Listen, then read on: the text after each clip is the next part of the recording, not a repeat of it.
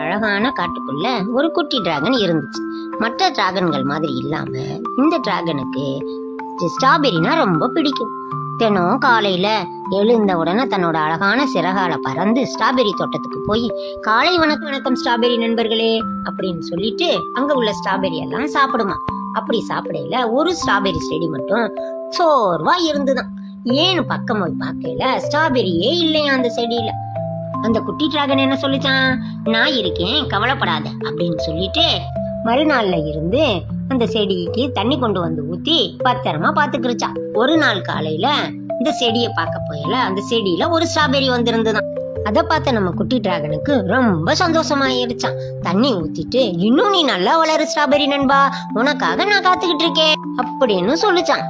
சில நாட்கள் கழித்து ஸ்ட்ராபெரிய போய் பார்க்கல நிறைய ஸ்ட்ராபெரி பழமா இருந்ததா. ஒரே சந்தோஷமா இருந்துச்சான் குட்டி டிராகனுக்கு. அப்பதான் நம்ம குட்டி டிராகனுக்கு தெரிஞ்சுதான், நம்ம பொறுமையா இருந்ததுனால இவ்வளவு ஸ்ட்ராபெரி கிடைச்சதே அப்படின்னு சொல்லிட்டு சாப்பிட்டுட்டு ரொம்ப சந்தோஷமாவும் இருந்துச்சான். இதுல இருந்து நமக்கு என்ன தெரியுது, நம்ம குட்டி டிராகன் மாதிரி அன்பாவும் பொறுமையாகவும் இருந்தோம்னா நம்மளுக்கு நல்ல விஷயங்கள் நடக்கும்.